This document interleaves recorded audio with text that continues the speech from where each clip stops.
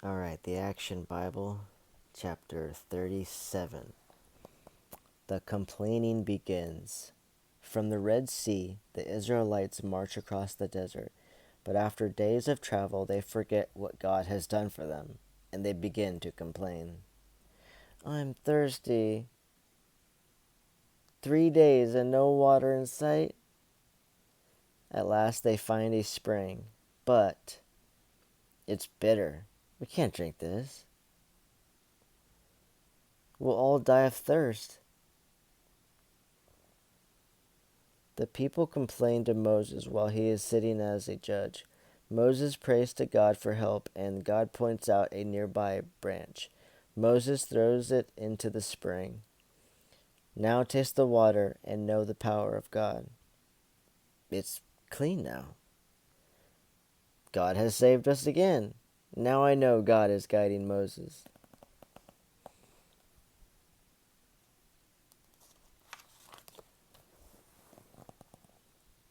The people continue their journey as they travel across the hot sands. Their thoughts are on the homeland God promised them. They dream of green fields, fresh streams, great flocks. But then there is no food in the desert. The people grow hungry. They forget that God cared for them when they were thirsty. Angrily, they go to Moses and Aaron. Look, our food is gone. How can we feed our children? The Lord should have just killed us in Egypt. There we had pots full of meat. All the meat we could eat. Have you brought us out here in the wilderness to starve us to death? I am sick of your grumbling. This evening come before the Lord, and he will show you his might.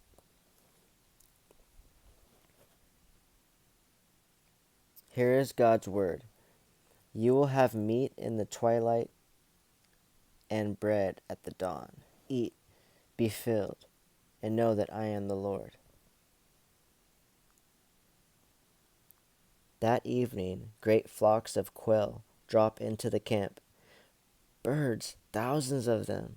Food enough for everyone.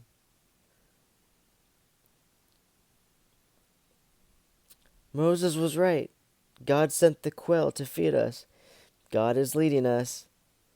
God could save us from starving. Never again will I doubt God's power and guidance.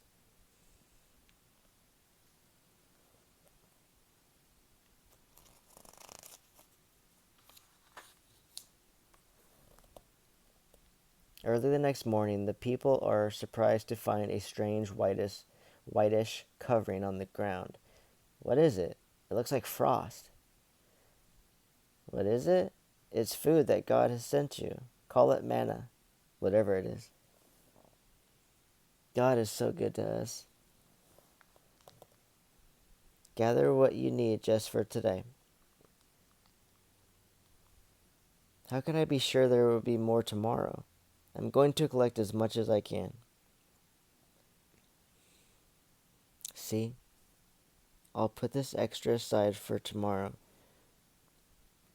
No matter what happens to the others, we'll have something to eat. But the next morning, ugh, it's spoiled.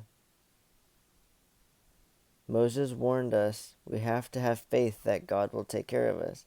On the 6th day of the week, the people gather food for that day and the Sabbath. The food kept for the Sabbath does not spoil, and no new manna appears on the ground. With renewed faith in God, the Israelites continued their journey. They traveled toward Mount Sinai, where Moses was called by God to set them free from slavery. Moses sends his wife and 2 sons on ahead to visit their old home.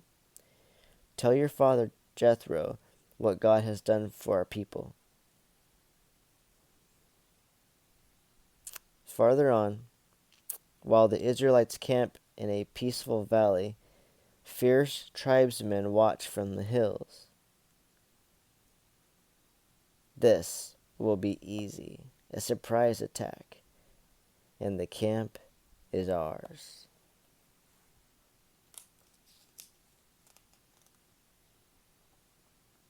Next chapter, Armed Battle.